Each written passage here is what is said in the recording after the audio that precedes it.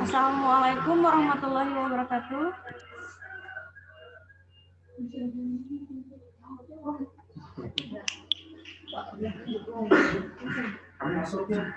Waalaikumsalam warahmatullahi wabarakatuh. Waalaikumsalam warahmatullahi wabarakatuh. Yang kami hormati Ibu Hardi Astuti Witasari, MSc APT, selaku narasumber pada webinar pada pagi hari ini. Yang kami hormati Ibu Ariesti Puji Astuti, MPD, selaku Ibu Dewan Pembimbing Lapangan, dosen pembimbing lapangan. Dan yang kami hormati rekan-rekan KKN reguler 81 Universitas Ahmad Dahlan, Divisi 4A3, dan para hadirin yang berbahagia. Alhamdulillahirrabbilalamin. Wassalatu wassalamu ala asyrafil anbiya mursalin wa ala alihi washabihi ajmain amma ba'du. Puji syukur, marilah kita panjatkan kehadirat Allah Subhanahu wa Ta'ala. Atas limpahan rahmat dan karunia-Nya kita dapat bersama-sama bergabung dalam acara webinar pada pagi hari ini dalam keadaan sehat walafiat. Sholawat serta salam marilah senantiasa kita panjatkan junjungan kita kepada Nabi Muhammad SAW. Semoga mendapat syafaat beliau di yaumul qiyamah kelak. Amin, amin ya rabbal alamin. Sebelum kita memulai acara webinar pada pagi hari ini, izinkan saya selaku MC akan menyampaikan susunan acara. Yang pertama, pembukaan. Yang kedua, pembacaan ayat suci Al-Quran. Yang ketiga, menyanyikan lagu Indonesia Raya. Yang keempat, acara inti. Dan yang kelima, penutup. Hadirin yang berbahagia, marilah kita awali acara pada pagi hari ini dengan melafalkan basmalah bersama-sama. Bismillahirrahmanirrahim.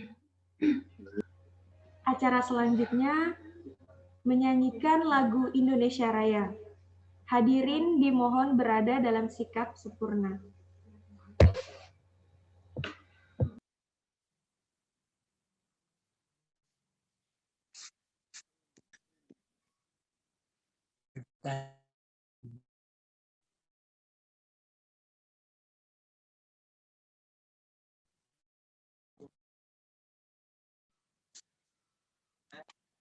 Apa?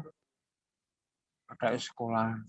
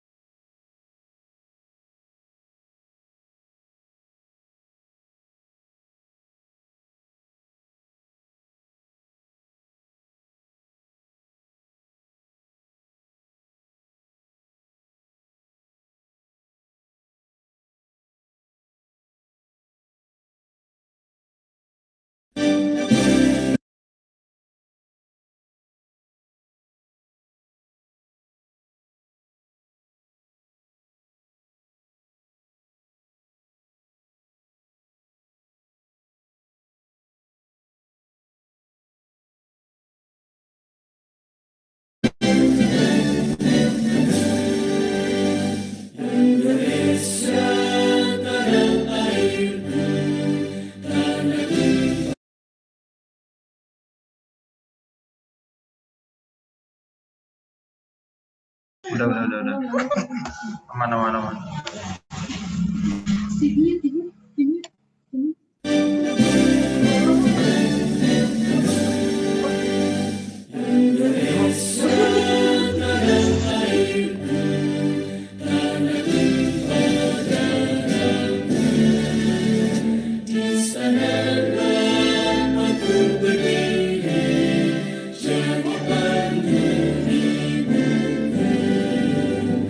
Indonesia, kebangsaan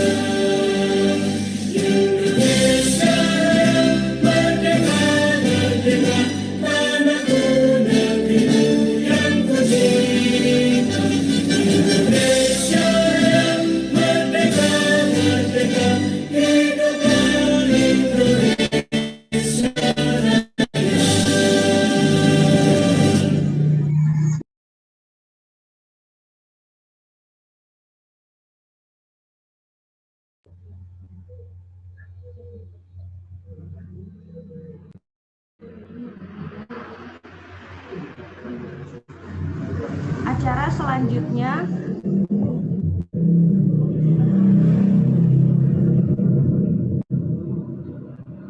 yaitu pembacaan ayat suci Al-Quran yang akan dibacakan oleh Saudari Tutut Romania. Kepada Saudari Tutut dipersilahkan. Assalamualaikum warahmatullahi wabarakatuh. A'udzu billahi minasyaitonir rajim. Bismillahirrahmanirrahim. Tabarakalladzi biyadihil mulku wa huwa ala kulli syai'in qadir. Alladzi khalaqal mauta wal hayata liyabluwakum ayyukum ahsanu amala. Wa huwal azizul ghafur. Alladzi khalaqa sab'a samawatin tibaqa. Ma tara fi khalqir rahmani min tafawut. Farji'il basara hal tara min futur. Tsumma rji'il basara karrataini yanqalib ilaikal basaru khasi'an wa huwa hasir. Walaqad zayyana as-samaa'a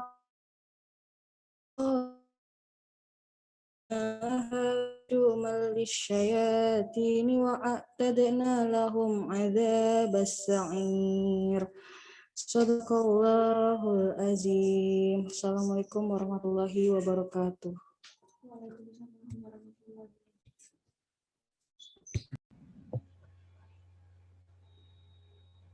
Sadaqallahul azim. Semoga baik yang membacakan maupun yang mendengarkan lantunan ayat suci Al-Quran kelak mendapatkan pahala yang tidak ternilai dari Allah Subhanahu wa taala. Amin amin ya rabbal alamin. Selanjutnya, baiklah para hadirin yang berbahagia, tanpa panjang kata langsung saja kita mulai webinar pada pagi hari ini dengan mengusung tema perilaku dan cara meningkatkan imunitas dengan memanfaatkan obat herbal pada new reality, di mana acara pada pagi hari ini akan dipandu oleh moderator acara, yaitu Saudari Syifa Alifah Rahmah, dan akan disampaikan oleh narasumber kita, yaitu Ibu Hardi Astuti Witasari, MSc APT. Beliau selaku dosen farmasi Universitas Ahmad Dahlan, dan juga manajer Natural Tritema Indonesia, perusahaan yang bergerak di bidang produksi dan distribusi obat herbal. Kepada Saudari Syifa Alifah Rahmah, dipersilahkan.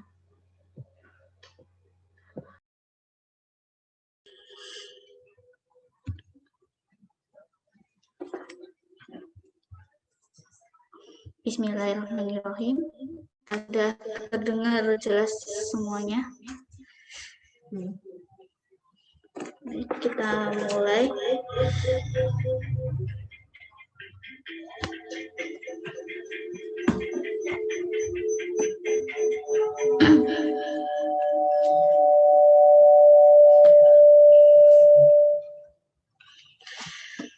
Assalamualaikum warahmatullahi wabarakatuh. Alhamdulillahirabbil alamin. Wassalatu wassalamu ala asrofil anbiya'i wal mursalin wa ala alihi wa sahbihi ajmain, amma ba'du. Kepada yang saya hormati Ibu Hardi Astuti Witasari, MSc APT. Kepada yang saya hormati Ibu Ariasti Puji Astuti selaku pembimbing KKN kami. Kepada yang saya hormati Ketua RT 1-8 dari Dusun Glondong dan seluruh warga Dusun Glondong yang saya cintai. Perkenalkan, saya Syifa Alifah Rahmah dari Universitas Ahmad Dahlan akan memandu jalannya penyampaian materi inti dari webinar ini yang bertema perilaku dan cara meningkatkan imunitas dengan memanfaatkan obat herbal pada new reality. Imunitas atau bahasa sederhananya daya tahan tubuh memiliki peran penting dalam menjaga kesehatan, terutama pada saat pandemi COVID-19. Banyak sekali cara untuk meningkatkan imunitas tubuh kita. Selain dari perilaku, menjaga asupan gizi, obat herbal merupakan obat yang banyak diminati oleh masyarakat.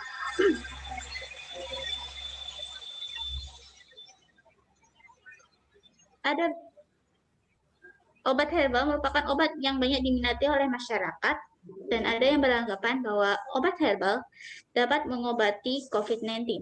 Apakah benar begitu? Untuk lebih jelasnya, akan dibawakan pemateri kita hari ini. Sebelumnya, izinkan saya membacakan CV beliau. Nama Ibu Hadi Astuti Witasari. Beliau kelahiran Rembang 9 April 1979. Beliau merupakan dosen farmasi Universitas Ahmad Dahlan dan manajer naturonal Kreatama Indonesia, yaitu yang bergerak di bidang produksi dan distribusi obat herbal. Sebelumnya, selama penyampaian materi berlangsung, mohon dimatikan speakernya yang ada di pojok kiri bawah. Terima kasih. Apakah Ibu Wita sudah siap? Ya, alhamdulillah. Ya, bisa mendengar suara saya ya, Mbak Siva? Gimana, Ibu? Sudah bisa mendengar suara saya? Sudah, Ibu. Oke, nggih. Nah, kepada Ibu Wita, saya persilahkan. Terima kasih atas waktunya kepada tim KKN dari Universitas Ahmad Dahlan. Terima kasih juga Mbak Siva selaku moderator dan juga MC. Assalamualaikum warahmatullahi wabarakatuh. Waalaikumsalam warahmatullahi wabarakatuh. Alhamdulillahirabbil alamin. Shalatu wassalamu ala asrofil anbiya'i wal mursalin sayyidina Muhammadin wa ala alihi washabbihi ajmain. Asyhadu an la ilaha illallah wa asyhadu anna Muhammadar Rasulullah. Yang kami hormati warga masyarakat gitu ya, tempat KKN dari UAD, dan kemudian juga yang kami hormati DPL, dosen pembimbing lapangan KKN dari UAD yang juga teman kami begitu ya, dan mahasiswa semuanya yang Ibu cintai. Alhamdulillah, puji syukur kehadirat Allah, kita hari ini masih dikaruniai kesehatan dan juga kesempatan untuk saling sharing, untuk bertatap maya begitu ya di dalam media Zoom kali ini. Dan alhamdulillah semua yang hadir di sini insya Allah sehat walafiat, masih mendapatkan perlindungan dari Allah dan juga mendapatkan kenikmatan-kenikmatan yang tidak terhingga dari Allah Subhanahu wa taala. Dan juga tidak lupa kita aturkan sholawat serta salam kepada junjungan kita Nabi besar Muhammad Sallallahu Alaihi Wasallam yang kita dambakan syafaatnya di yaumil akhir.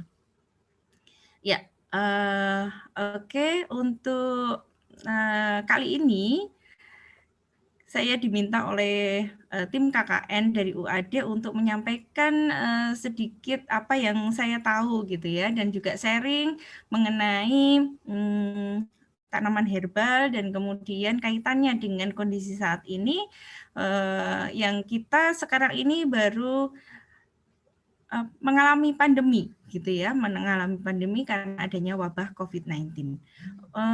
Oke, untuk mengawali acara ini boleh minta tolong kepada panitia untuk share video yang mungkin menjadi pembuka begitu ya acara kita kali ini.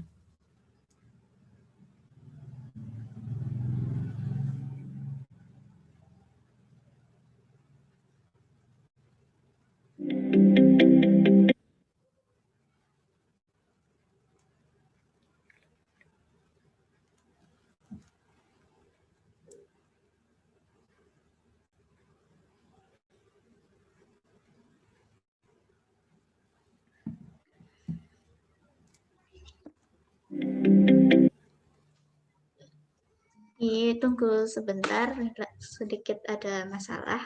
Mohon maaf. Oke.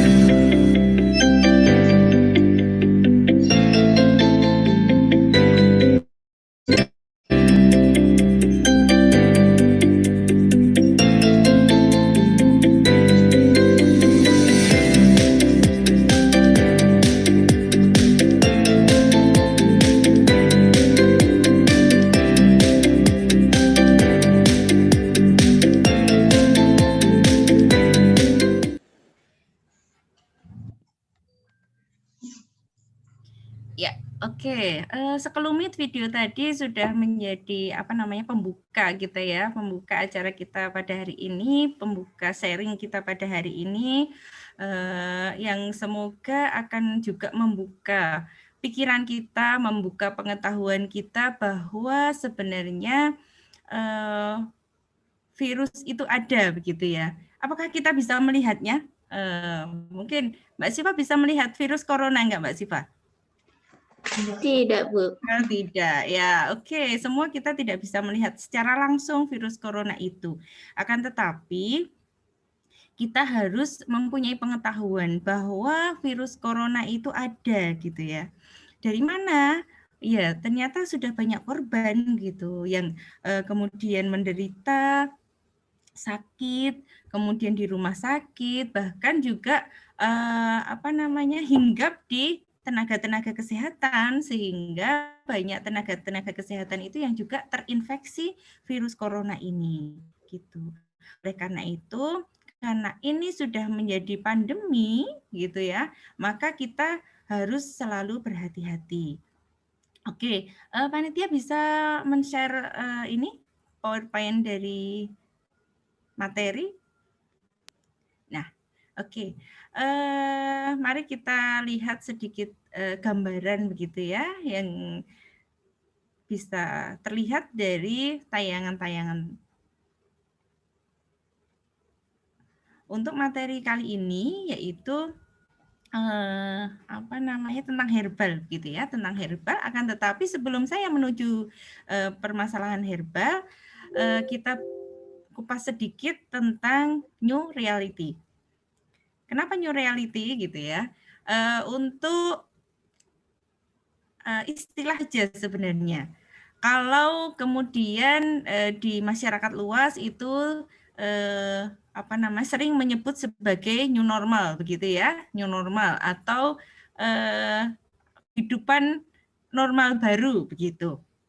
Nah, untuk sebagian masyarakat begitu ya, termasuk juga di Muhammadiyah, termasuk juga di UAD begitu, itu sering atau kita lebih nyaman menyebutnya dengan new reality begitu.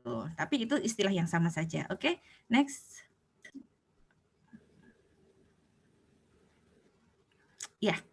Apakah new reality gitu ya, itu tadi sudah kita sampaikan bahwa itu kondisi kita sekarang ini begitu. Kondisi yang mana? Kondisi bahwa kita itu sudah mengalami pandemi dari COVID-19 dan kemudian kita harus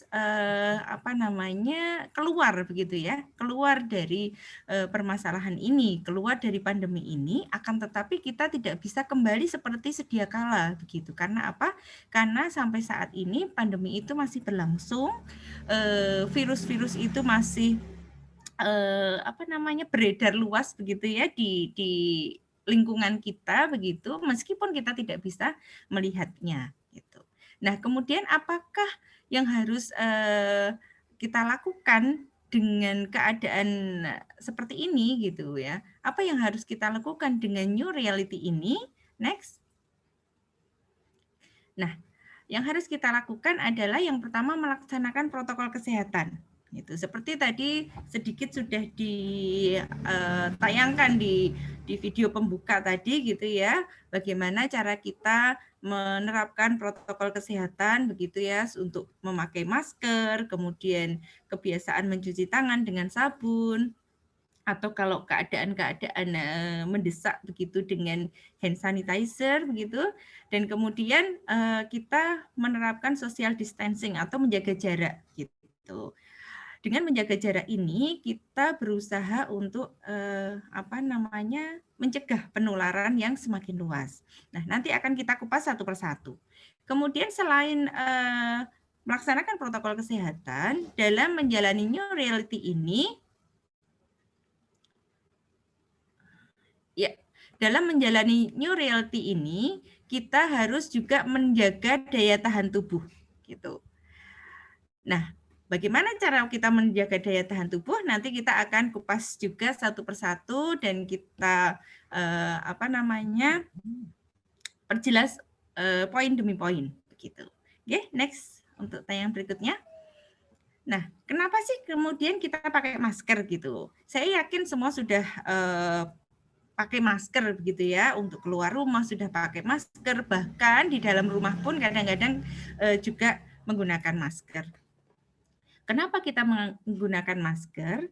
Jadi masker tersebut itu dapat membantu mencegah penularan berbagai macam penyakit gitu ya, seperti batuk, ispa, kemudian sindrom pernafasan yang lain gitu. Kenapa kok bisa gitu? Karena dengan menggunakan masker itu mencegah virus dan bakteri itu menyebar melalui lendir gitu, atau cairan yang mungkin kalau bahasa Jawanya itu nyemprot gitu ya.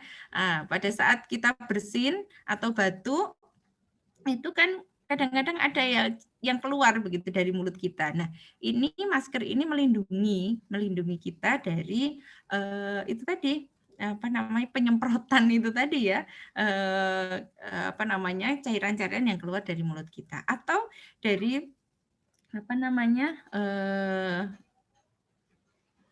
hawa atau udara yang keluar dari mulut kita. Meskipun di sini saya garis bawahi ya, masker itu kan masih mempunyai pori-pori begitu, dan pori-porinya itu masih lebih besar daripada ukuran virus begitu.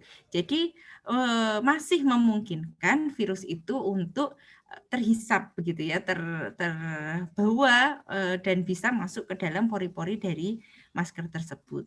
Nah, akan tetapi kenapa kok kemudian kita tetap mengkampanyekan memakai masker? Karena ini tadi droplet-droplet atau virus yang terbawa dalam cairan itu masih bisa dicegah gitu ya, untuk terhirup atau kemudian sebaliknya keluar dari orang yang bersin begitu ya, sehingga penularan ini bisa dicegah begitu. Kemudian selanjutnya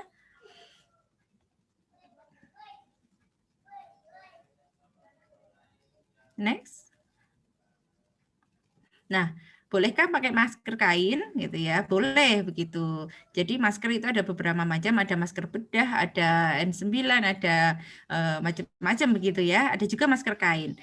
Boleh pakai masker kain asal juga tetap ada lapisan-lapisannya. Jadi jangan sampai masker kain itu hanya satu lapis saja sehingga itu leluasa, itu pori-porinya masih sangat besar sehingga kalau misalnya ada bersin begitu masih membawa cairan droplet itu untuk keluar. Oke, selanjutnya untuk cuci tangan gitu ya, cuci tangan dengan sabun gitu. Kenapa sih harus cuci tangan dengan sabun? Karena sabun itu bisa membunuh kuman-kuman yang menempel di tangan kita gitu. Dan kemudian memang secara penelitian sudah dibuktikan bahwa pemakaian sabun ini untuk cuci tangan pada air mengalir itu lebih efektif daripada hand sanitizer gitu. Dan juga dengan cuci tangan pakai sabun itu kita bisa mencegah beragam penularan penyakit yang kuman-kumannya itu menempel di tangan kita gitu. Dan saya yakin begitu ya, mahasiswa KKN dari UAD ini sudah mengajarkan kepada Bapak Ibu semua dan kepada masyarakat di dusun mana Glondong ya, itu untuk melakukan cuci tangan yang baik dan benar. Oke, next. Ya, ini cara cuci tangan yang benar. Nah, nanti akan diperjelas oleh Mbak dan Mas KKN dari UAD. Ya, oke, silahkan lanjut. Ya, kemudian mengapa social distancing atau menjaga jarak begitu ya?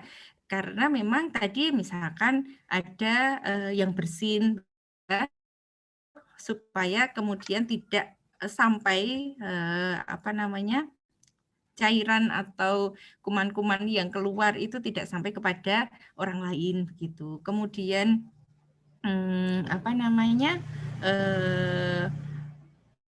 bersentuhan itu juga bisa menjadikan penyebab penularan dari virus ini gitu.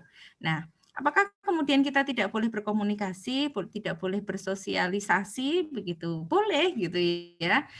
Akan tetapi kita tetap harus menjaga jarak gitu. Sekarang media-media komunikasi itu sudah beragam begitu ya. Kita bisa lewat video call, bisa lewat WhatsApp, bisa lewat SMS, bisa lewat telepon, bisa lewat apa saja begitu. Bahkan hari ini kita melakukan apa namanya tatap maya seperti ini juga adalah satu komunikasi begitu ya.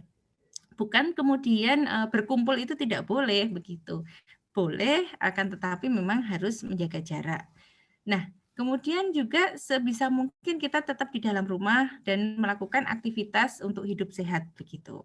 Karena memang di sini apa namanya daya tahan tubuh nanti akan kita sampaikan begitu ya, berperan sangat penting dalam menjaga apa namanya infeksi dari virus ini gitu. Supaya kemudian misalkan kita tertempel virus itu tidak menyebabkan keparahan atau tidak bahkan mungkin tidak menyebabkan gejala-gejala yang berarti untuk kita gitu. Nah, ini kerumunan orang banyak seperti ini yang ada di dalam gambar ini adalah kegiatan yang sangat tidak dianjurkan begitu ya di dalam masa pandemi seperti ini dan bahkan harus dihindarkan begitu. Nah, ini yang harus kita apa namanya terapkan gitu ya untuk new reality terutama pada kondisi sekarang ini yang oleh WHO pun masa pandemi itu masih dinyatakan berlangsung begitu ya, belum kemudian terlewati. Oleh karena itu kita memang tetap harus menerapkan protokol kesehatan di samping kemudian hal ini yang akan kita bahas yaitu meningkatkan imunitas tubuh. Ya, oke, next.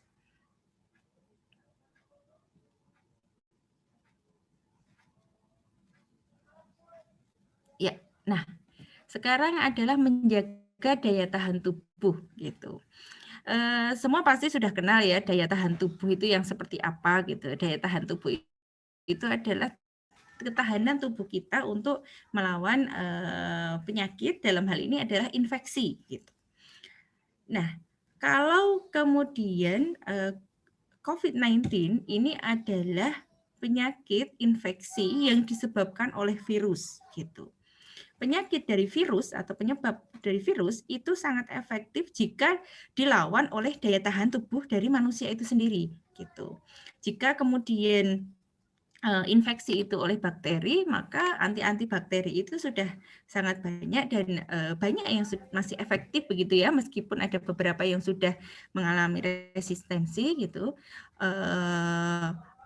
Akan tetapi untuk virus ini memang masih apa namanya yang paling bisa menjaga itu adalah daya tahan tubuh dari manusia sendiri.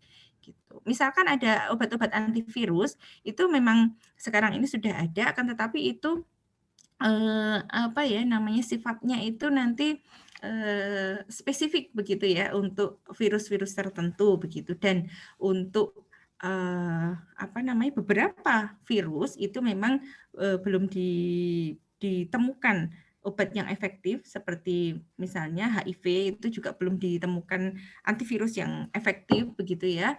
Dan kemudian termasuk di sini COVID-19 ini.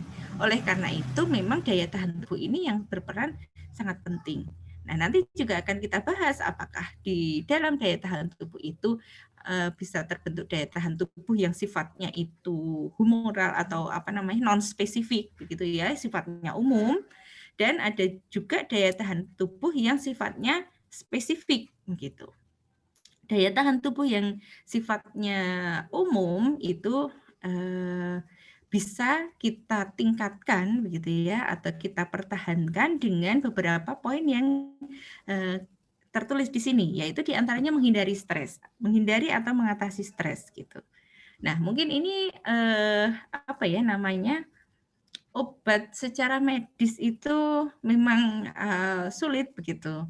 Kalau menurut saya untuk menghindari stres itu kan memang dari diri kita sendiri begitu. Bagaimana kita memanage atau mengelola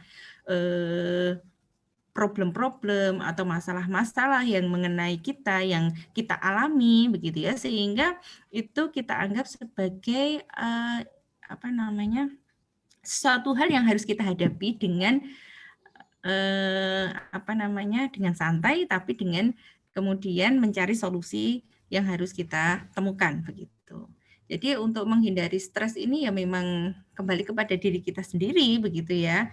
Bagaimana kemudian kita itu bisa bersikap. Salah satu mungkin tips yang bisa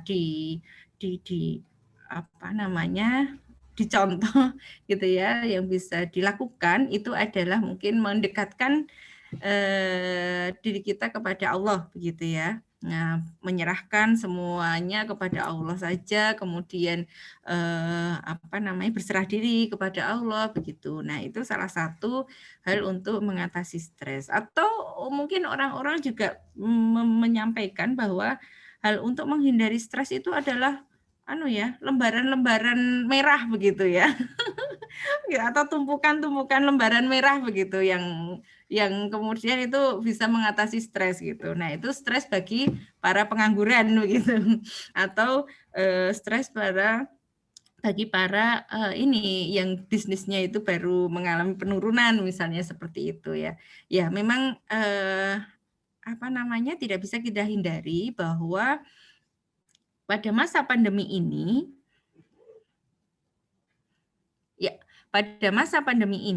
memang perekonomian itu menjadi turun gitu ya. Pertumbuhan ekonomi itu bahkan sampai minus begitu. Nah, ini juga banyak yang mengalami PHK mungkin, kemudian kelesuan ekonomi, terutama kalau di Yogyakarta itu di sektor pariwisata gitu ya. Padahal untuk Yogyakarta itu pariwisata itu adalah yang mendatangkan PAD terbesar begitu dari sektor pariwisata, di samping juga pendidikan. Nah, ini sektor pariwisata ini sedang mengalami penurunan yang sangat drastis. Oleh karena itu mungkin banyak yang mengalami stres juga begitu. Akan tetapi jangan sampai kemudian stres ini berlanjut terus sehingga sampai menurunkan daya tahan tubuh kita gitu. Kita harus mengelola bagaimana stres ini supaya kemudian menjalani hidup ini dengan tanpa stres gitu. Ya, oke. Untuk masalah stres nanti bisa dilanjutkan lain waktu. Kemudian selanjutnya adalah makan makanan yang bergizi dan seimbang. Nah, ini salah satu cara untuk meningkatkan daya tahan tubuh juga atau menjaga daya tahan tubuh gitu. Dengan asupan makanan yang bergizi dan seimbang, kita akan menjaga nutrisi yang ada di dalam tubuh kita sehingga tubuh itu mempunyai kekuatan untuk melawan kuman-kuman yang hinggap begitu ya, hinggap di tubuh kita. Jangan dikira bahwa lingkungan kita ini bersih, steril begitu ya. Kalau kemudian kita itu bisa melihat benda-benda yang sangat kecil sekelas virus atau bakteri itu banyak sekali yang menempel di tubuh kita, di tangan kita, di kemudian organ-organ dalam pencernaan kita, misalnya pernafasan kita, begitu. Sehingga daya tahan tubuh ini perlu untuk tetap dijaga, begitu. Nah, sebenarnya kuman atau bakteri itu banyak yang hinggap begitu ya, banyak yang menempel di tubuh kita, akan tetapi kita tidak merasakan sakit begitu. Ini satu hal yang wajar begitu. Karena apa? Karena di dalam tubuh kita itu ada daya tahan tubuh yang itu bisa diumpamakan sebagai tentara-tentara yang ada di dalam tubuh kita gitu. Pada saat ada bakteri atau kuman atau virus itu menyerang tubuh kita, tentara-tentara kita inilah yang akan kemudian menyerang begitu ya.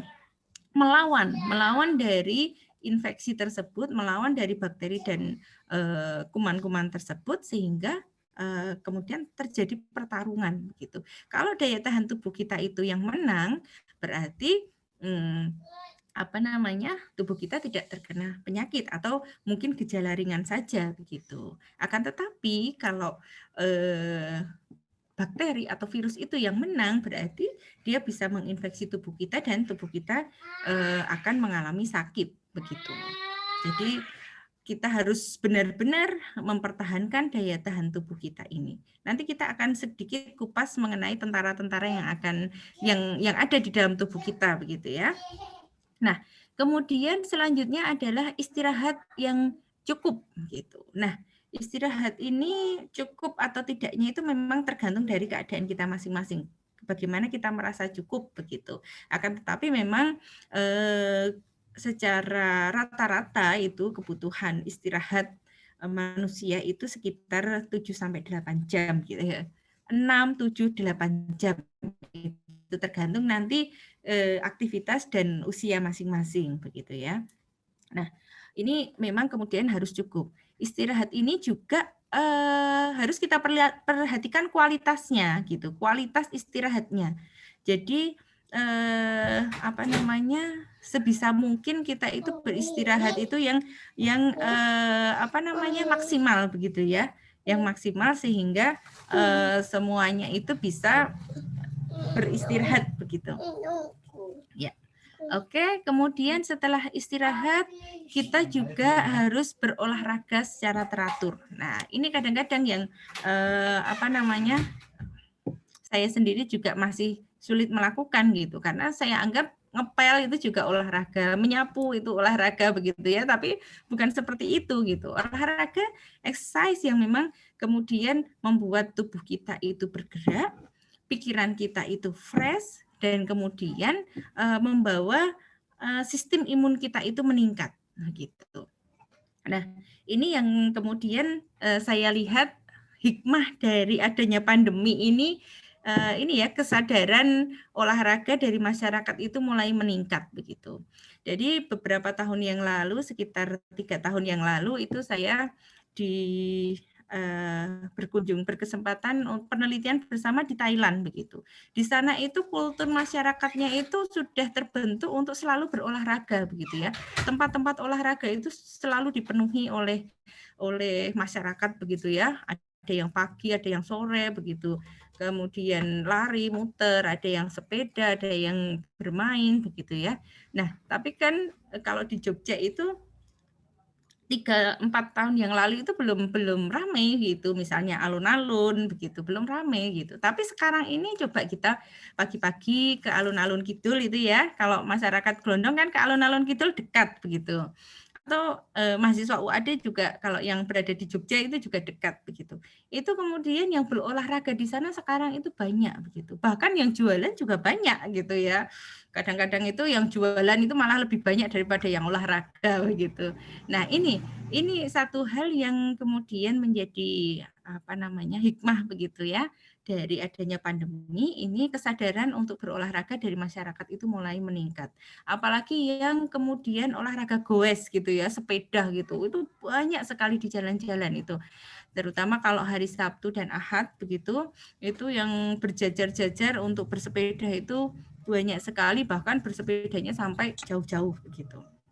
Oke, kemudian menghindari minum alkohol dan merokok. Nah, kalau menghindari minum alkohol dan merokok, apa ya namanya, itu memang kemudian nanti memerlukan kampanye-kampanye yang lain gitu ya. Kalau minum alkohol insya Allah sudah banyak yang tidak melakukan, tapi kalau merokok itu kadang-kadang masih banyak. Nah, ini ternyata bisa menurunkan sistem imun kita juga begitu. Sehingga apa namanya, sebaiknya itu dihindari minum alkohol dan merokok ini.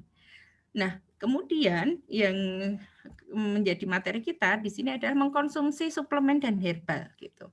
Ini adalah salah satu cara untuk menjaga daya tahan tubuh. Suplemen itu biasanya kita identikan dengan multivitamin begitu ya, yang kemudian dijual di apotek begitu, dan kemudian herbal itu adalah apa namanya, material-material atau bahan-bahan yang berasal dari alam gitu ya. Ada juga yang dijual di apotek begitu, banyak gitu bahkan. Dan sekarang ini di toko-toko, warung-warung itu marak sekali herbal begitu ya. Bahkan bisnis di dunia herbal itu sekarang sangat meningkat gitu justru di tengah pandemi ini. Di tengah bisnis yang lain itu pada melorot begitu ya, menurun begitu, justru bisnis di bidang herbal itu meningkat gitu. Kenapa? Karena masyarakat itu sudah ada kesadaran begitu ya, dan juga kebutuhan sebenarnya untuk menjaga daya tahan tubuh mereka dengan menggunakan herbal begitu. Salah satunya. Ya, oke. Dilanjut. Nah, di dalam apa namanya? Herbal ini sebenarnya sudah banyak juga diteliti begitu ya. Nah, mengenai pertanyaan-pertanyaan, apakah ada hubungannya antara herbal dengan obat COVID-19 misalnya seperti itu. Kemudian apakah herbal itu bisa mengobati, apakah herbal itu bisa mengobati COVID-19 misalnya seperti itu. Nah, disinilah kita akan sedikit mengupas begitu ya, bagaimana peran herbal ini di dalam meningkatkan daya tahan tubuh. Ya, next. Sebenarnya bagaimana sih kok herbal itu kemudian banyak disampaikan atau berita-berita itu mengekspos bahwa herbal itu bisa mengobati COVID-19.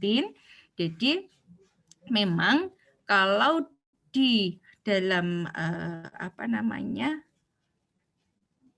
secara sains atau secara ilmiah itu banyak sekali bukti-bukti ilmiah yang sudah ditemukan begitu ya, baik itu penelitian-penelitian maupun secara empiris atau pengalaman nenek moyang begitu ya, yang kemudian menggunakan herbal ini sebagai apa namanya, bahan atau material untuk menjaga daya tahan tubuh.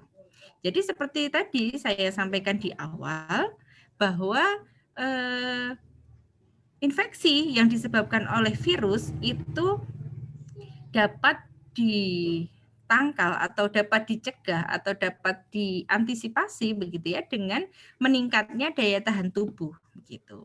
Akan tetapi jika kemudian tadi umpama perang-perangan begitu ya antara kuman dengan tentara yang ada di dalam tubuh kita itu, dan tentara kita kalah begitu ya, maka kuman tadi bisa menginfeksi tubuh kita begitu. Nah, peran herbal di sini adalah dalam rangka menguatkan gitu, menguatkan tentara-tentara yang ada di dalam tubuh kita itu, sehingga tentara yang ada di dalam tubuh kita itu mampu untuk melawan kuman-kuman yang menyerang begitu. Nah, di sini kalau kita lihat di dalam berita-berita yang saya capture begitu ya, yang saya lihat bahwa ada kemudian Thailand memakai sambiloto untuk mengobati COVID-19 begitu.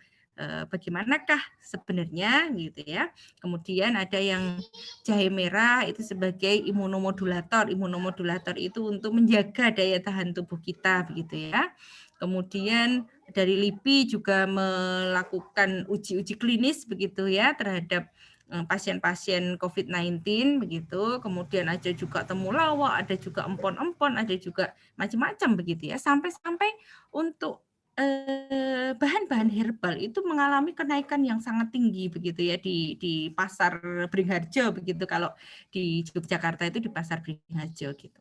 Nah, ini apa namanya, sebenarnya memang ada korelasi atau ada hubungan begitu ya dengan peningkatan daya tahan tubuh dan mengkonsumsi herbal yang memang sudah terbukti untuk meningkatkan daya tahan tubuh atau yang terbukti bisa meningkatkan daya tahan tubuh. Jadi daya tahan tubuh itu akan meningkat secara umum pada saat kita mengkonsumsi herbal secara teratur atau secara rutin. Akan tetapi memang daya tahan tubuh ini pengaruhnya itu tidak hanya pada herbal saja begitu ya, seperti kita bahas tadi, ada kemudian stres, ada kemudian istirahat itu cukup atau tidak, ada kemudian olahraga, mungkin juga kontak dengan sinar matahari begitu ya, yang membuat daya tahan tubuh kita itu juga bisa meningkat begitu. Nah, inilah banyak faktor yang kemudian mempengaruhi dari daya tahan tubuh kita. Akan tetapi memang herbal itu adalah salah satu komponen gitu ya, salah satu bahan yang dapat meningkatkan daya tahan tubuh. Oke. Dari mana dia bisa meningkatkan daya tahan tubuh? Dari mekanisme secara umum, dari apa namanya, sistem kekebalan tubuh secara umum begitu. Ya, lanjut. Ya, mungkin ini lebih apa ya namanya, agak susah dicerna begitu ya, tapi saya berusaha menyederhanakan saja bahwa sebenarnya respon imun itu ada yang bersifat spesifik, ada yang bersifat non spesifik. Jadi yang bersifat non spesifik itu secara umum tadi kita gambarkan sebagai tentara yang ada dalam tubuh kita gitu, dan itu berlapis-lapis gitu ya, tidak hanya satu tentara saja, tidak hanya satu batalion saja begitu ya, akan tetapi berlapis-lapis begitu. Ada yang di permukaan atau epitel begitu ya. Jadi nanti dia pada saat menempel di dalam tubuh kita itu nanti sudah ada apa namanya, ini ya, apa namanya, bahan-bahan kimia begitu yang kemudian bisa mematikan kuman begitu, seperti apa namanya, minyak-minyak, atau mungkin kalau yang di pencernaan kita itu asam begitu ya, asam yang ada di dalam lambung kita itu bisa untuk mematikan kuman-kuman begitu. Kemudian ada yang bersifat apa namanya, di dalam sel begitu ya, ada sel-sel darah putih begitu ya, yang di apa namanya, dalamnya itu mengandung makrofag, neutrofil dan lain sebagainya begitu ya.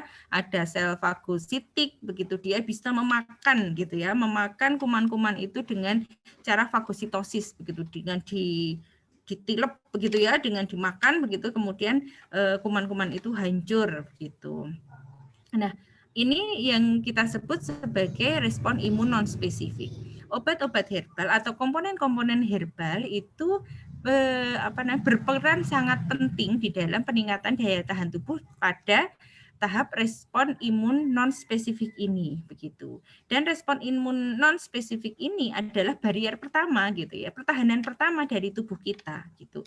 Jadi respon ini adalah respon yang kemudian bekerja sangat cepat begitu ya, sangat cepat, akan tetapi memang dia itu bersifat non spesifik. Jadi terhadap semua kuman, terhadap semua bakteri, terhadap semua virus itu mereka sifatnya sama, atau pertahanan dirinya itu sama begitu. Sifatnya itu tadi apa namanya, khas begitu ya,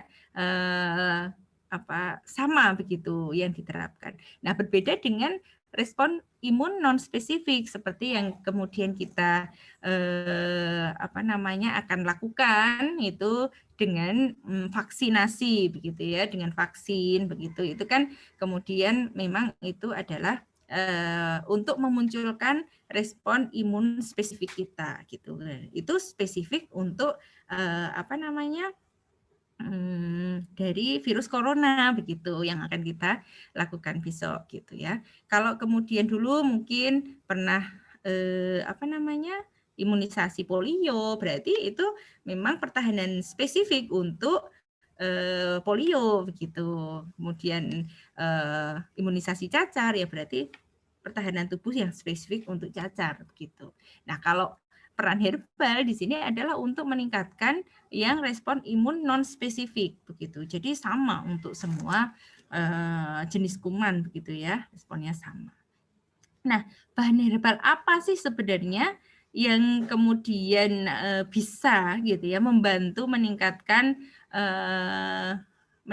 imun kita gitu ya. Banyak herbal gitu ya.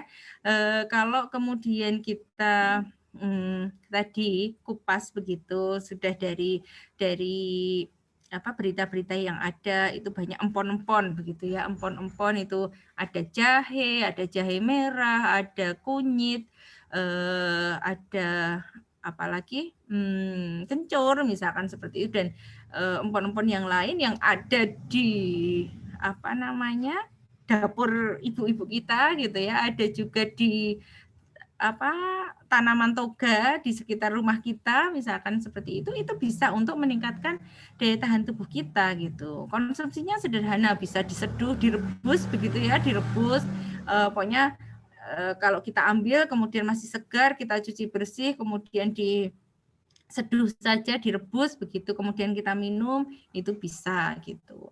Atau kemudian mau dikeringkan, kemudian diserbu, itu juga bisa begitu. Atau kemudian dibuat kombinasi begitu ya, seperti halnya ini wedang uwuh kalau di Jogja itu yang terkenal gitu ya.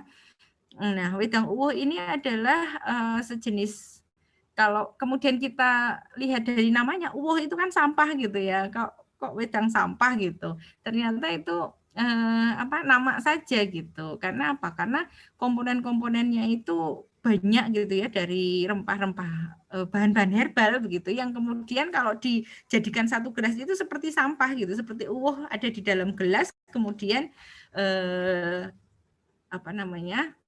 kita konsumsi begitu ya.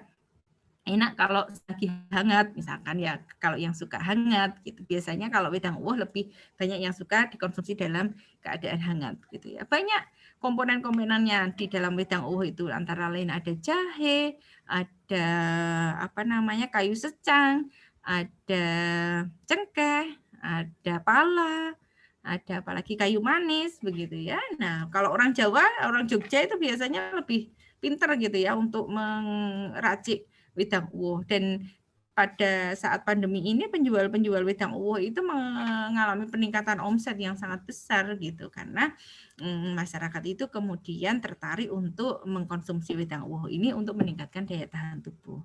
Atau kemudian empon-empon yang lain gitu ya, kalau kita ke Beringharjo itu kemudian banyak yang menjual juga seperti jahe instan, kunyit instan, temulawak instan gitu ya. Kemudian kencur instan kayak gitu, itu banyak juga begitu. Nah, itu bisa juga untuk meningkatkan daya tahan tubuh gitu. Yang penting mana yang kita suka itu boleh saja digunakan gitu. Pada saat kita memelihara daya tahan tubuh saja. Nah, berbeda nanti pada saat tubuh ini sudah terinfeksi virus gitu. Jadi perlakuannya akan berbeda. Kalau kemudian misalnya tadi di Thailand itu sudah menerapkan pengobatan dengan herbal begitu ya. Kalau di Indonesia, di negara kita masih kita lihat apakah itu menimbulkan gejala atau tidak gitu. Ya, oke, saya pikir next terakhir gitu ya. Cukup sudah untuk sharing dari saya mengenai herbal untuk meningkatkan daya tahan tubuh di masa pandemi ini, dan jangan lupa untuk selalu mengelola stres gitu ya, untuk selalu bahagia begitu, untuk selalu bersyukur dengan apa yang sudah diberikan Allah kepada kita. Semoga kita selalu sehat. Terima kasih.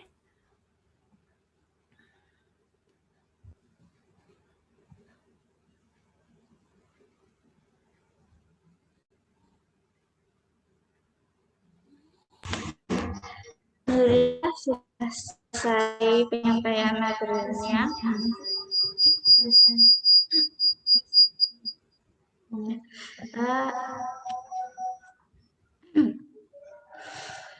Ternyata obat-obat herbal tuh banyak sekali di sekitar kita ya Bu.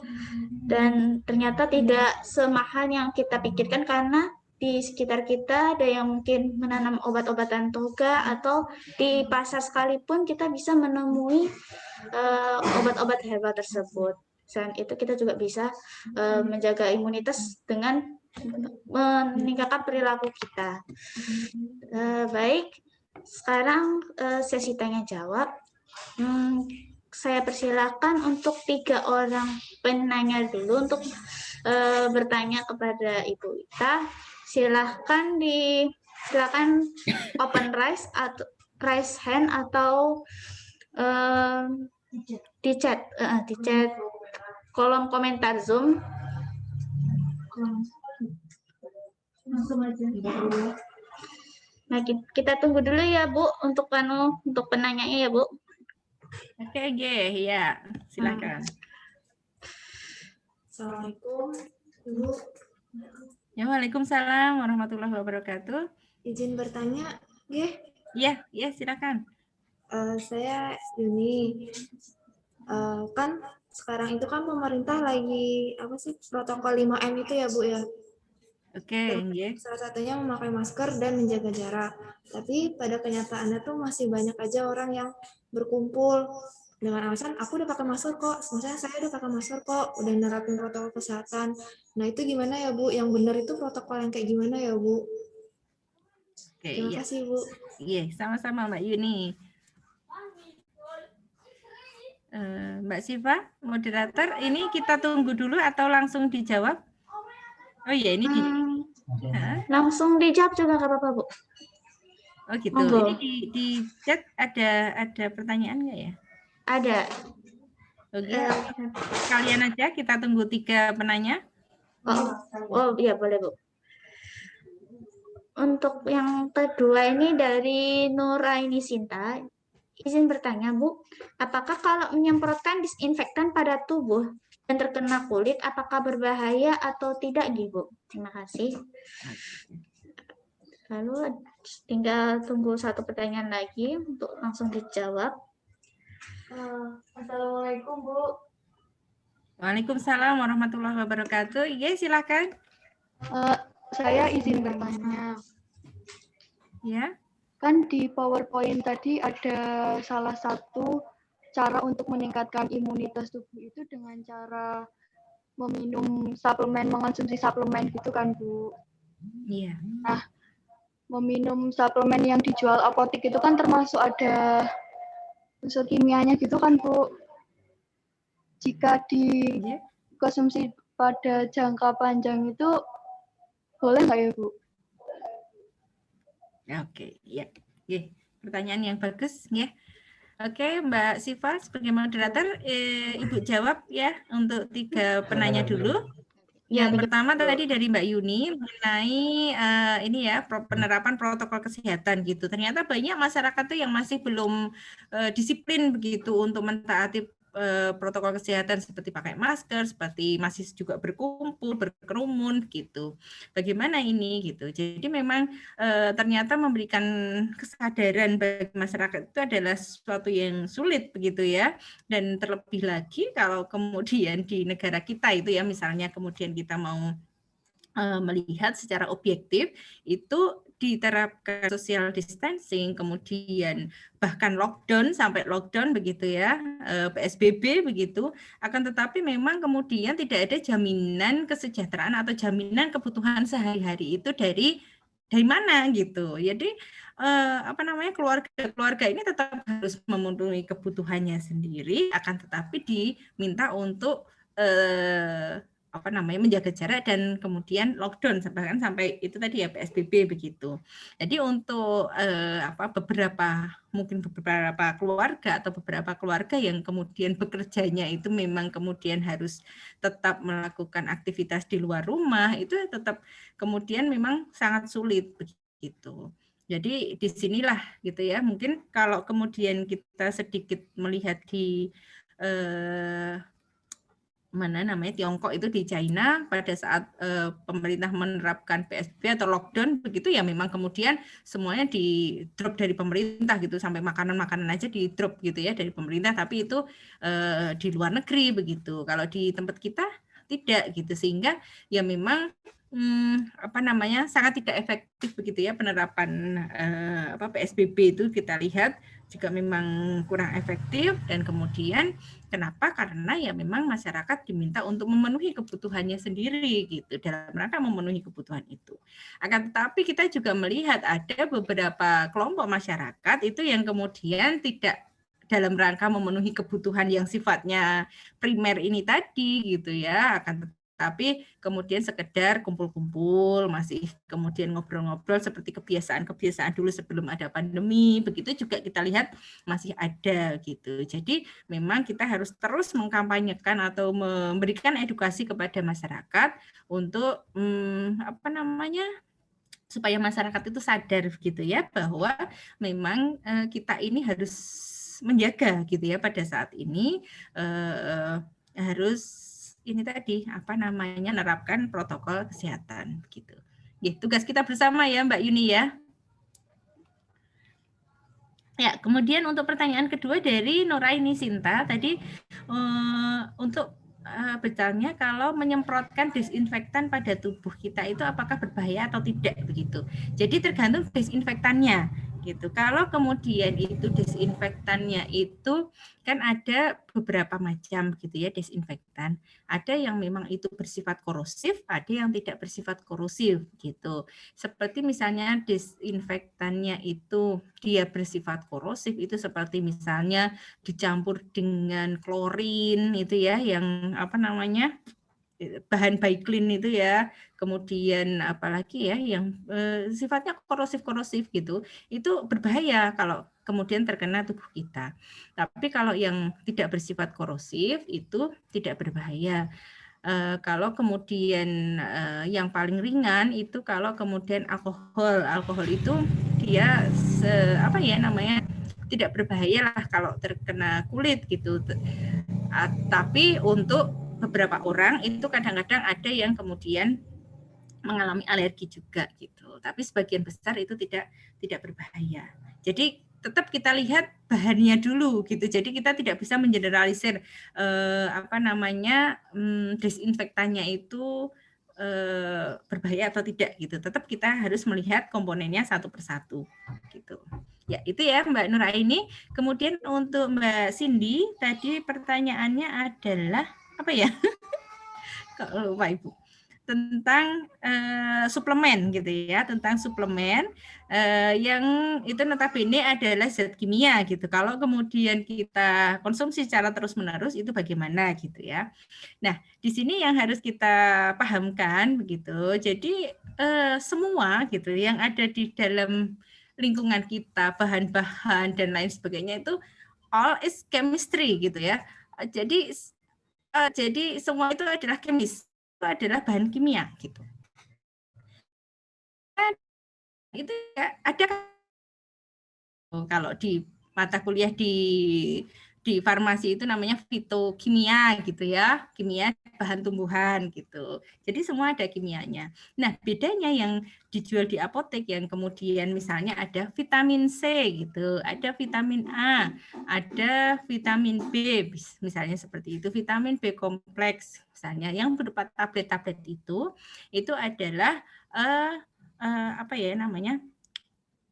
Jadi komponen tunggal begitu ya, komponen tunggal yang dia sebagian besar atau semuanya bahkan itu dihasilkan dari reaksi kimia gitu. Jadi kalau misalnya gini, misalnya jeruk itu mengandung vitamin C gitu ya.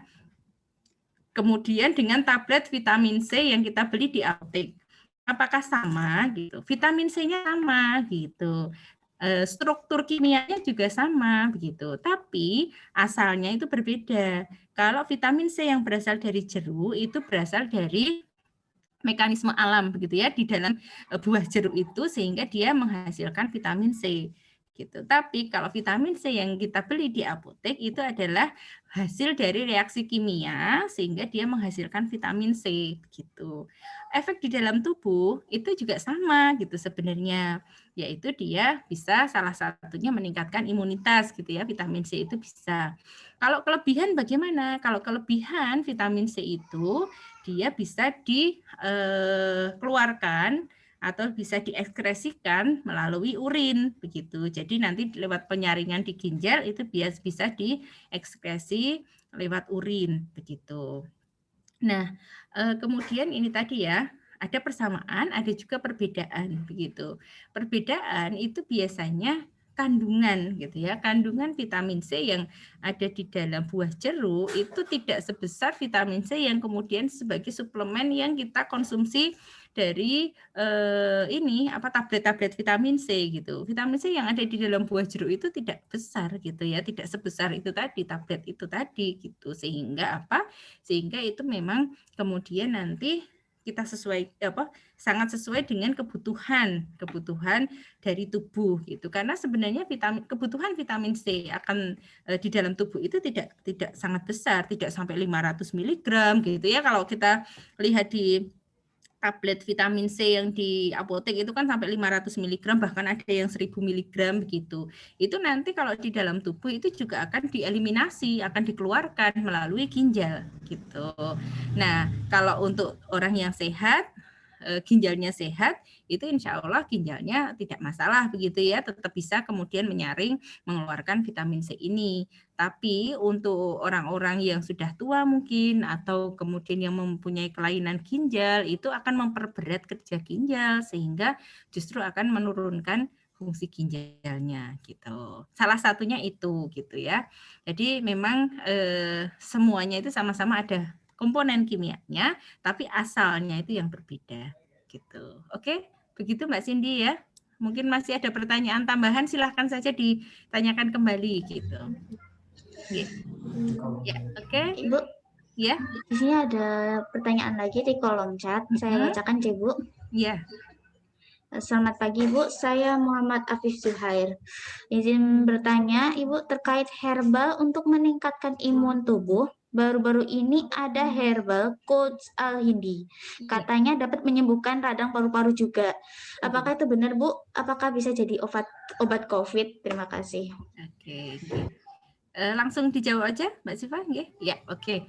Ya, Muhammad Afif Zuhair, ya pertanyaan yang sangat bagus gitu ya, up to date sekali gitu ya, mengikuti berita yang kekinian begitu.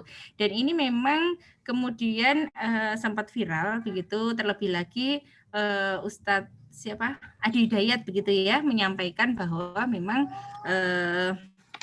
Quds Hindi ini ada di dalam hadis Rasulullah begitu. Dan memang betul gitu ya.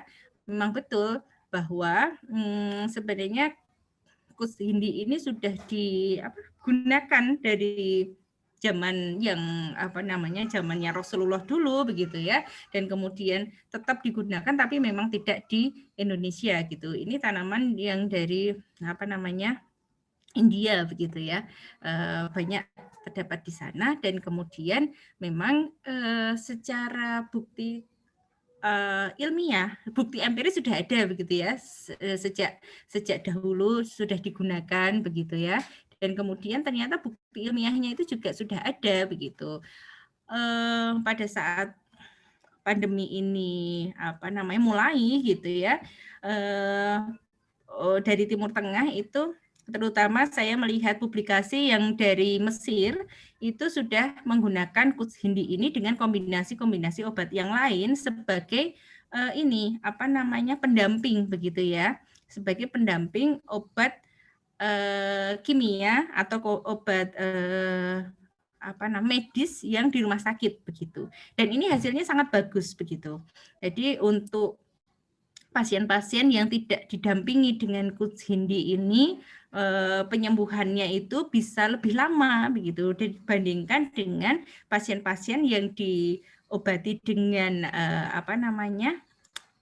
tata cara medis atau penata laksanaan medis dan juga didampingi dengan Kutsindi ini gitu. Jadi mengalami percepatan penyembuhan begitu. Dan ini bukti ilmiahnya sudah ada begitu. Jadi seperti itu.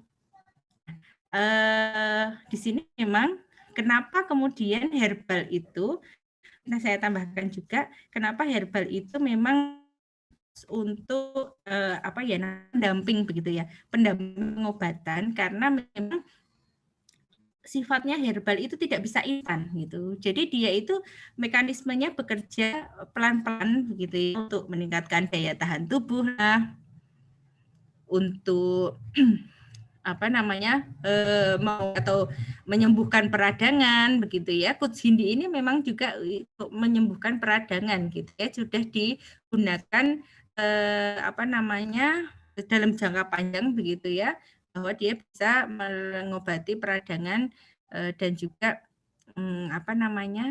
peradangan yang ada di paru-paru gitu. Dan ini sifatnya sama dengan gejala-gejala yang ditimbulkan oleh coronavirus gitu. Ya, begitu.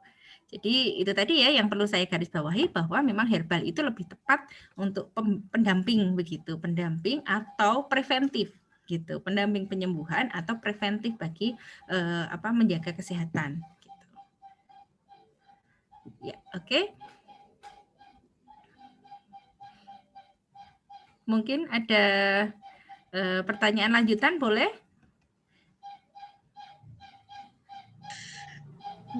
Monggo, masih ada yang mau ditanyakan lagi? Izin bertanya, Bu. Oke, silakan. Perkenalkan, saya Yoga Adi Kuncara dari mahasiswa KKN UAD. Ya. Begini, Bu. Kan kita tahu pemerintah sekarang kan lagi menunggu vaksin gitu kan, Bu, untuk pengobatan dari virus corona ini. Saya juga pernah mendengar kalau dari virus corona ini sendiri itu ada berbagai jenis. Nah, sedangkan apabila kita divaksin, itu kan kita nggak tahu kita itu terkena dari, maksudnya orang yang terkena virus corona ini itu terkena dari jenis virus corona apa, dan setiap jenis virus itu kan harus divaksin dengan jenis yang cocok gitu kan, Bu. Semisal apabila mereka divaksin dengan jenis yang tidak cocok, itu bagaimana dampak dari jangka panjangnya gitu, Bu? Apakah ada dampak yang berbahaya atau bagaimana? Ya, oke, Bu. Terima kasih. Ya, sama-sama ya. Oke. Bagaimana, Mbak Siva? Apakah langsung dijawab atau ada pertanyaan yang lain? Atau bisa satu-satu? Mungkin satu-satu dulu ya. Nanti kalau misalnya ada pertanyaan lanjutan boleh. Jadi dari Mas Yoga ya, pertanyaan yang sangat bagus gitu, up to date juga begitu. Sekarang kita baru menunggu giliran untuk divaksin begitu ya. Vaksinnya sudah datang, sudah ada, meskipun jumlahnya belum memenuhi seluruh penduduk Indonesia begitu. Jadi memang ada step pertama, step selanjutnya begitu. Nah, terkait dengan virus ini memang tadi saya sampaikan sekilas begitu ya, karena di luar topik kita gitu, bahwa bahwa imunisasi atau vaksin itu adalah menstimulasi sistem imun spesifik kita gitu. Kalau tadi herbal itu dia meningkatkan respon imun secara umum begitu. Kalau untuk vaksin itu adalah respon imun secara spesifik. Jadi kalau kemudian kita pengen meningkatkan imun untuk coronavirus, ya berarti kita harus diinfeksi atau divaksin dengan vaksin coronavirus begitu. Nah, terkait dengan pertanyaan ini tadi, bahwa kita dengar juga bahwa coronavirus ini cepat sekali bermutasi begitu ya, banyak sekali jenisnya begitu. Nah, untuk hal ini kita memang harus melakukan studi atau bertanya atau mengikuti langsung keterangan dari ahli-ahli virus atau ahli-ahli bioscience begitu. Nah, salah satu ahli yang saya ikuti itu adalah menyampaikan bahwa yaitu dari Ahmad Rusdan gitu ya, menyampaikan bahwa mutasi ini memang kemudian terus berjalan, akan tetapi vaksin ini adalah dari global, jadi dari virus yang benar-benar kemudian dilemahkan begitu atau bahkan malah dimatikan begitu, bukan hanya dari bagian-bagiannya gitu. Kalau yang vaksin yang dibeli oleh Indonesia begitu ya, bukan dari spike-nya saja atau tanduknya saja begitu ya, bukan dari salah satu komponen saja, tapi benar-benar dari virus yang kemudian dimatikan, sehingga efeknya apa? Sehingga tubuh itu nanti akan menstimulasi atau memproduksi imun yang spesifik untuk coronavirus. Ada kemudian menginfeksi kita atau yang mendekati kita itu adalah yang bentuk mutasi yang lain, itu tidak akan signifikan berpengaruh pada respon imun kita begitu. Jadi respon imun kita yang kita produksi atau antibodi yang kita produksi itu tetap bisa untuk menangkal atau menyerang atau tetap efektif untuk coronavirus berbagai mutan gitu. Keterangannya seperti itu gitu ya sampai saat ini. Dan untuk vaksin ini kan memang sudah melalui step-step yang sangat panjang begitu ya, meskipun ini juga masih dipercepat begitu. Jadi sudah melalui uji klinis tahap 1, tahap 2, tahap 3, meskipun kemudian dalam keadaan darurat BPOM itu kemudian mengeluarkan izin yang sifatnya itu memang prematur begitu ya, karena keadaan darurat. Dan memang harus disadari begitu ya, untuk vaksin ini memang tidak kemudian untuk semua kalangan itu bisa divaksin gitu ya. Jadi baru orang-orang yang menjadi subjek dari uji klinis saja yang kemudian bisa divaksin, yaitu orang-orang sehat yang kemudian orang yang terinfeksi tapi kemudian tidak mempunyai komorbid begitu. Jadi ada di sini faktor komorbid itu yang menyebabkan beberapa orang itu tidak boleh divaksin gitu. Ya, mungkin itu saja keterangan dari Ibu. Ini ada pertanyaan satu lagi yang terakhir ya, Bu. Yeah. Izin bertanya Bu Wita, untuk bahan herbal tadi, misal empon-empon tadi itu lebih berkhasiat kalau disajikan hangat atau dingin ya.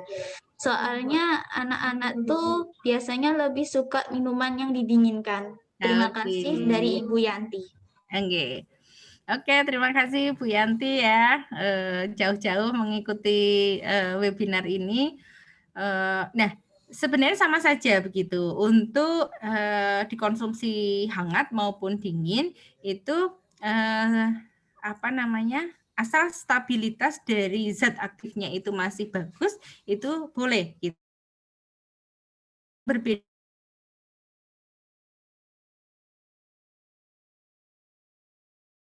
orang itu mengalami alergi jika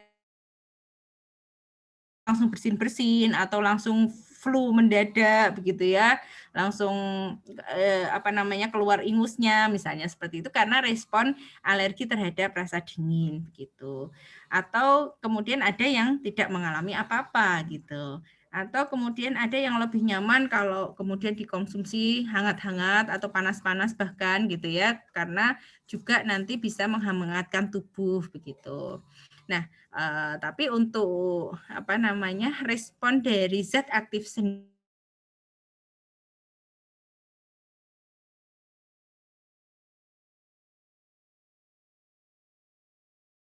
harus minum panas-panas gitu ya. Dingin juga berefek, tidak apa-apa. Ya, terima kasih Mbak Siva. Oh iya, saya sampaikan juga ini dari Ibu menyiapkan 3 door prize, itu silahkan kepada Mbak Siva nanti untuk menyampaikan kepada siapa yang bertanya boleh, atau misalnya ada membuka kuis pertanyaan dari Ibu juga boleh gitu. Tapi kalau waktunya sudah habis silahkan kemudian dibagikan kepada 3 orang penanya juga boleh, nggak apa-apa.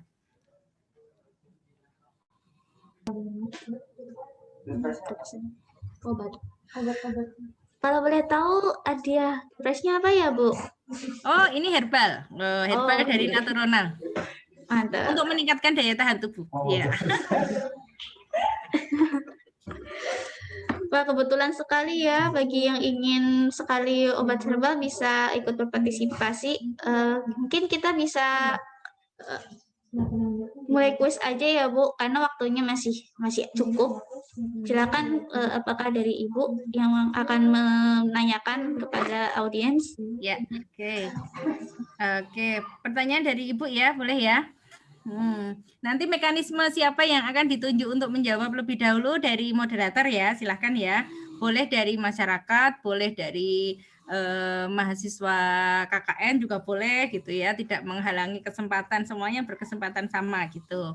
Kalau kemudian nanti kurang, berarti panitia nambah sendiri ya. Oke, pertanyaan pertama. Ini warga Jogja mesti tahu ini. Sebutkan 3 komponen yang ada di dalam wedang uwuh.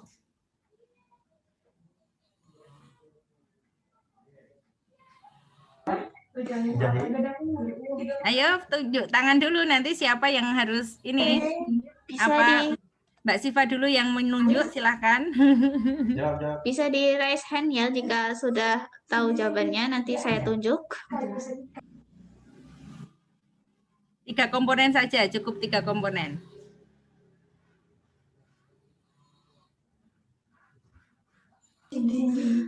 Ya, ada yang angkat tangan atas nama Cindy. Silakan jawab. Saya akan menjawab, Bu. Oke, silakan Mbak Cindy. Setahu saya jahe, kayu secang, sama kayu manis, Bu. Itu, Bu. Kunyit, Bu, kunyit.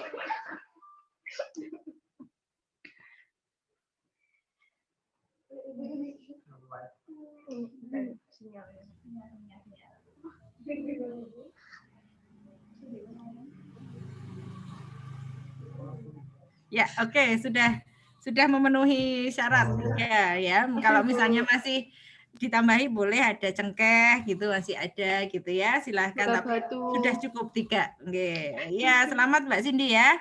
Nanti hadiahnya boleh diambil di Mbak KKN gitu ya. Oke. Kemudian sudah ya untuk Cindy ya. Kemudian nanti pertanyaan yang kedua, ini herbal apa yang digunakan untuk pengobatan COVID-19 di Thailand? Ya, oke. Yang sebenarnya juga di Indonesia banyak gitu ya. Kita sudah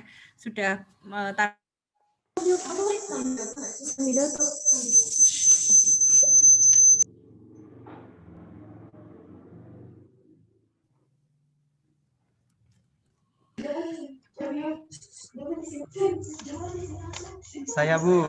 Oke, siapa ini? Yoga? Wah, mahasiswa KKN ini? Iya, Bu. Boleh. Dari fakultas mana, Yoga? Dari FKIP, Bu. Oke, FKIP juga nggak boleh kalah dengan yang farmasi ya. Harus Siap, tahu Bu. ini herbalnya. Oke, herbal apa, Yoga? Jawabannya Sambiloto, Bu. Oke. Terus.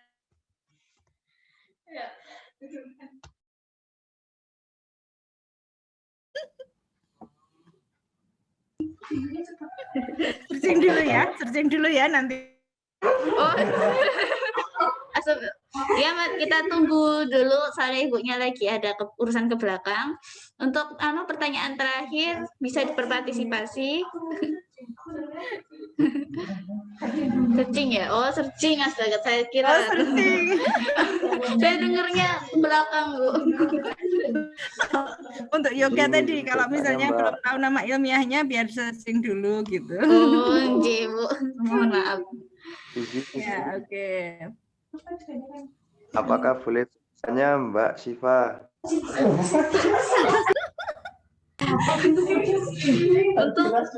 Maaf, untuk pertanyaan tadi sudah ditutup, Mas. Sekarang kami lagi sesi kuis. Ini sisa 1. Jadi nanti yang memberi pertanyaan dari Ibu Wita sendiri. Nanti cepat-cepatan menjawab. Siapa aja boleh ikut. Oke, siap. Menjawab pertanyaan. Ya, masih di searching Bu ya pertanyaannya. Satu lagi, ayo semangat. Yang lain, warga lain jangan mau kalah sama anak KKN-nya. Jangan sampai direbut satunya. Oke, satu pertanyaan lagi ya, yang terakhir ya. Untuk Mbak Cindy sama Mas Yoga sudah nggak boleh ikut gitu. Apa ya?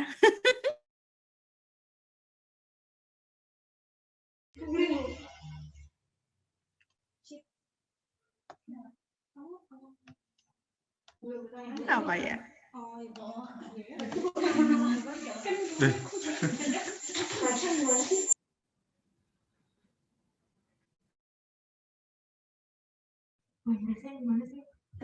Halo.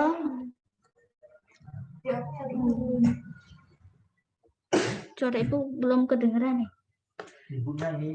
Lagi sinyal ya. Iya. Sinyal. Sepertinya sinyalnya. Iya, sinyalnya lagi buruk, Bu. Oke. Sudah bisa terdengar? Sudah, Bu. Oke. Sebutkan 3 bahan yang termasuk sebagai empon-empon.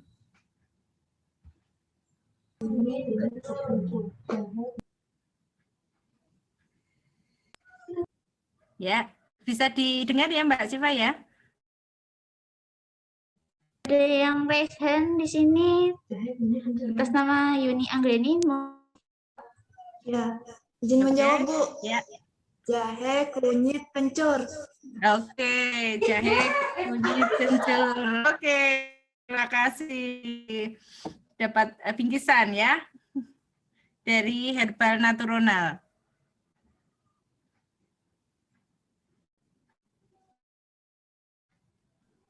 Alhamdulillah, terima kasih atas partisipasinya.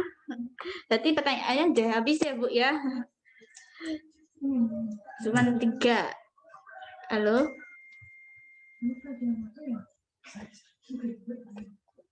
Sudah. Halo? Halo, oh ya. Ya. Oke. Baik, itu berarti sudah selesai ya, Bu, kuisnya. Sudah selesai dan juga sudah, saya kira untuk sesinya Ibu sudah selesai sih Pak ya?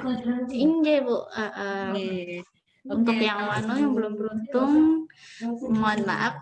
Mungkin lain kali bisa bertemu lagi. Begitu. Boleh Ibu menyampaikan closing statement ya? Oh, boleh Ibu. Ya, oke. Masyarakat di Dusun Glodong, kemudian juga mahasiswa KKN dari UAD.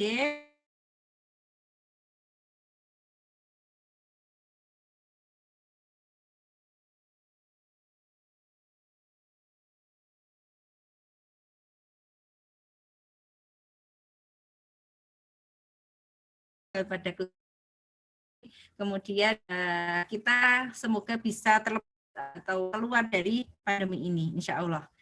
Selalu mohon doa kepada Allah Subhanahu Wa Taala. Amin. Ya, terima kasih. Assalamualaikum warahmatullahi wabarakatuh. Waalaikumsalam warahmatullahi wabarakatuh. Terima kasih, Bu. Iya, sama-sama. Jadi saya langsung rangkum saja dari materi ini. Jadi obat herbal itu ternyata bisa meningkatkan daya tahan tubuh kita. Obat herbal itu bagaikan tentara dalam barisan pertama. daya tahan tubuh itu bagaikan tentara pada barisan pertama dalam tubuh kita. Apabila diberi obat herbal akan memperkuat tentara-tentara itu untuk menyerang virus-virus yang masuk ke dalam tubuh kita, namun secara umum, bukan secara khusus untuk virus tertentu.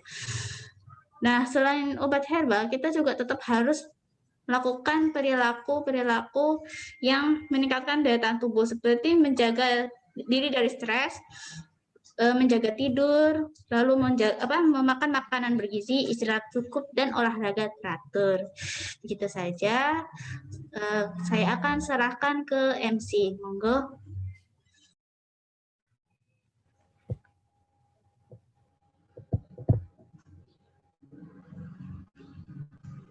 Sekali lagi kami ucapkan terima kasih kepada Saudari Syifa yang telah memandu acara pada pagi hari ini, dan tentunya kepada narasumber kita yaitu Ibu Hardi Astuti Witasari, MSc APT, atas penyampaian materinya. Semoga ilmu yang Ibu berikan bisa bermanfaat untuk kita semua. Amin. Baiklah, Bapak dan Ibu sekalian, kita telah sampai di penghujung acara. Kami selaku rekan-rekan KKN reguler 81 Universitas Ahmad Dahlan, Divisi 4A3, mengucapkan terima kasih banyak atas waktu dan perhatiannya, dan mohon maaf yang sebesar-besarnya apabila ada selama pelaksanaan acara ini ada hal-hal yang kurang berkenan. Marilah kita akhiri dengan melafalkan hamdalah bersama-sama. Alhamdulillahirabbil alamin. Sebelum saya menutup acara pada pagi hari ini, dimohon kepada rekan-rekan semua yang hadir di acara ini untuk mengaktifkan kamera sebagai dokumentasi. Baik.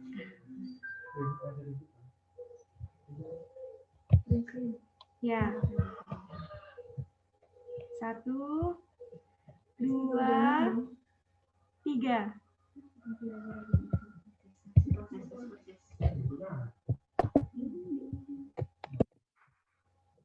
Ya, sekali lagi 1, 2, 3.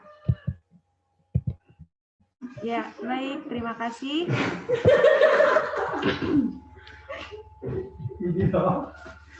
Akhirul kalam, wabillahi taufiq wal hidayah. Wassalamualaikum warahmatullahi wabarakatuh. Waalaikumsalam warahmatullahi wabarakatuh.